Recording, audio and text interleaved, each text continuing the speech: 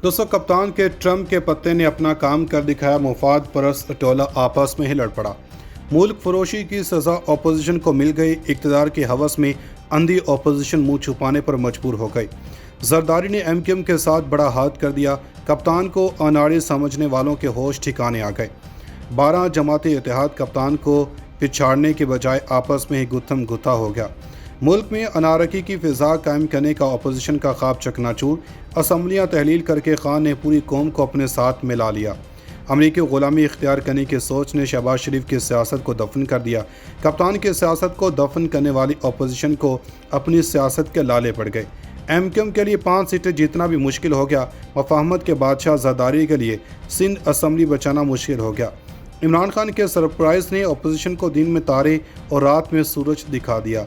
फजलुर रहमान भी कप्तान के बाउंसर को ना खेल सके। दोस्तों, वीडियो में आगे जाकर आपको बताएंगे कि अपोजिशन के बने बनाए खेल को कप्तान ने अपने एक ही सरप्राइज से कैसे ज़मीन बोस कर दिया। मुल्क में अफरा तफरी मचाने का अपोजिशन का ख्वाब कैसे चकनाचूर हो गया, और वो अपोजिशन जो कप्तान को वज़ीर-ए-आज़म की कुर्सी से हटाने के लिए अमेरिका की मदद ले रही थी, अब वो इलेक्शंस में कप्तान का सामना करने से क्यों भाग रही है,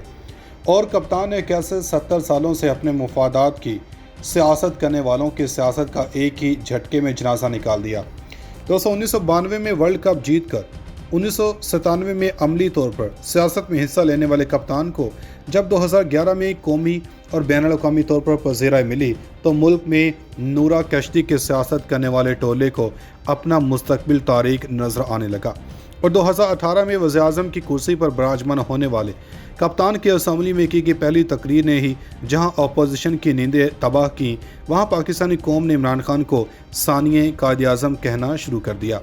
इसके साथ ही वो गैर मुल्की ताकतें जो पाकिस्तान में अपने पपेट्स के ज़रिए पाकिस्तान को फ़िरका वारियत, लसानियत और इलाकाई तौर पर लड़ाना चाहते थे, इनको अपने ख्वाब खटाई में पड़ते नजर आए। और जब अफ़गानिस्तान के मामले ने सर उठाया और जिस तरह से रियासत पाकिस्तान में नाम निहाद सुपर पावर को एब्सोल्युटली नॉट कहा, वो भी तारीख के औराक में दर्ज हो गया। और नाम निहाद सुपर पावर को पता चल गया कि खान के होते हुए तो हम पाकिस्तान से अपना कोई भी मुतालबा नहीं मनवा सकेंगे, और न ही इस कप्तान के होते हुए पाकिस्तान हमारी ग़ुलामी करेगा। और अगर ऐसा ही रहा तो हम तो चीन और रूस का मुकाबला कैसे कर सकेंगे, क्योंकि हम तो पाकिस्तान के कंधे पर बंदूक रखकर इन उभरती हुई आलमी ताकतों से पंगा लेना चाहते थे। तो दोस्तों, इस अमेरिका ने जिस तरह से पाकिस्तान में इमरान खान को वज़ीर-ए-आज़म की कुर्सी से हटाने के लिए चाल चली, वो भी किसी से ढकी छुपी नहीं। और इस साजिश के बारे में भी हम आपको अपनी पिछली वीडियोस में आगाह कर चुके हैं। लेकिन दोस्तों, अब सबसे बड़ा सवाल ये उठाया जा रहा है कि वो अपोजिशन जो इमरान खान को हटाना चाह रही थी,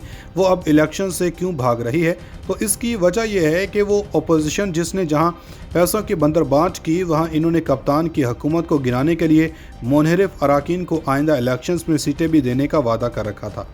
इसके साथ ही वो एमक्यूएम जो पिछले पौने 4 साल से कप्तान की इत्तेहादी बनी हुई थी, इसको भी सब्ज़ बाग दिखाए कि हम आपको सिंध हुकूमत में भी हिस्सा देंगे। इसके अलावा हम आपको गवर्नर सिंध का ओहदा भी देंगे और आपको अपने पुराने ऑफिसेस खोलने की भी इजाज़त होगी। तो अब वो एमक्यूएम जो सिंध में पीपल्स पार्टी के ख़िलाफ़ इलेक्शंस लड़ती है और आवाम को सिंध में पीपल्स पार्टी की करप्शन के सबूत दिखा कर कहती है कि हमें मौका दो, हम तुम्हारी तकदीर बदल देंगे। अब वो अपना इलेक्शन किसके ख़िलाफ़ लड़ेंगे, और अगर वो जरदारी के साथ मिलकर लड़ते हैं और जरदारी को मुआहदे की पासदारी का कहते हैं, तो ऐसे कई मुआहदे माजी में जरदारी करके तोड़ चुके हैं। तो इस सारी सूरत हाल में एमक्यूएम के हाथ कुछ भी नहीं आ रहा, और लग ऐसा रहा है कि एमक्यूएम के साथ बहुत बड़ा हाथ हो गया है।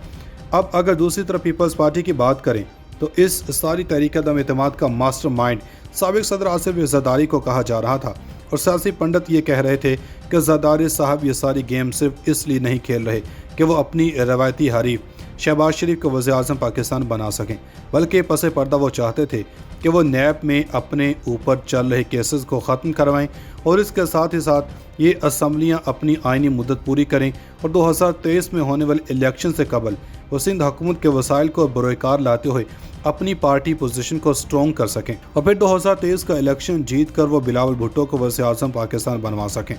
इसके अलावा इनका एक और प्लान ये भी था कि अब की बार इमरान खान को हटा कर وہ بلاول کو وزیر خارجہ بنائیں تاکہ بلاول کو انٹرنیشنل ایکسپوزر مل سکے، مگر اب زرداری صاحب کا بھی یہ پلان مکمل طور پر فلاپ ہوتا ہوا نظر آ رہا ہے۔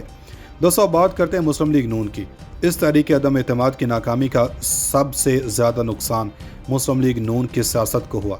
کیونکہ اگر اس تحریک عدم اعتماد سے کچھ دن پہلے تک کی بات کی جائے تو پھر ملک میں مہنگائی آسمان کو چھو رہی تھی اور عوام میں مہنگائی کی وجہ سے ایک لاوا بن چکا تھا جو کہ کسی بھی وقت حکومت پر پھٹ سکتا تھا، اور عوام کے پاس عمران خان کو ہٹانے کے بعد مسلم لیگ ہی وہ واحد جماعت بچ جاتی تھی جو کہ اقتدار میں آ کر اس مہنگائی کو ختم کر سکتی تھی۔ مگر زرداری کے پیچھے چل کر جہاں انہوں نے منحرف اراکین کو خریدا اور انہیں اپنی جماعت کی سیٹیں دینے کی بھی یقین دہانی کروائی، وہیں پر فی الحال شہباز شریف نے وزیر اعظم کی شیروانی بھی تیار کروا لی تھی اور 3 اپریل کو اسمبلی اجلاس شروع ہونے سے پہلے باقاعدہ طور پر شہباز شریف کو بعض حلقوں نے وزیر اعظم کا پروٹوکول بھی دینا شروع کر دیا تھا۔ مگر عمران خان کے ٹرمپ کے پتے اور آخری سرپرائز کارڈ نے جہاں شیروانی سلوائے بیٹھے شہباز شریف کے خواب چکنا چور کیے، وہیں پر ان سے قومی اسمبلی کی سیٹ بھی چھین لی گئی، کیونکہ وزیر اعظم نے صدر پاکستان کو اسمبلیاں تحلیل کرنے کا مشورہ دیکھ کر ان کو خون کے آنسو بہانے پر مجبور کر دیا تھا۔ دوستو، اب بات کرتے ہیں عمران خان کو یہودی ایجنٹ کہنے والے مولانا فضل الرحمان صاحب کی۔ وہ مولانا فضل الرحمان جو خیبر پختونخوا میں بلدیاتی الیکشنز میں خاطر خواہ کامیابی حاصل کر چکے تھے اور KPK میں اچھی خاصی مقبولیت حاصل کر چکے تھے، انہیں اپوزیشن جماعتوں نے صدر پاکستان کے عہدہ دینے کا عندیہ دیا ہوا تھا، مگر کپتان کے سرپرائز کارڈ نے ان کے خواب چکنا چور کر دیے اور ان کو بھی لینے کے دینے پڑ گئے، اور KPK میں بلدیاتی الیکشنز کے دوسرے راؤنڈ میں جہاں ان کو عبرت ناک شکست ملی، وہیں پر عمران خان کی عوامی مقبولیت میں بھی بے پناہ اضافہ دیکھنے کو نظر آ رہا ہے، اور سیاسی پنڈتوں کے مطابق ہوا اس وقت مکمل طور پر عمران خان کے حق میں چل رہی ہے، اور اگر یہ اپوزیشن جلد بازی کے بجائے صبر سے کام لیتی تو ان کی سیاست چمک سکتی تھی، مگر اب بازی اپوزیشن کے ہاتھ سے نکل کر کپتان کے ہاتھ میں چلی گئی، اور اب پاکستان میں سپریم کورٹ اگر اسپیکر کی رولنگ کے خلاف فیصلہ نہیں دیتی تو پھر اپوزیشن کو الیکشنز میں اچھی خاصی ناکامی دیکھنے کو ملے گی، کیونکہ اب کی بار الیکشن کا بیانیہ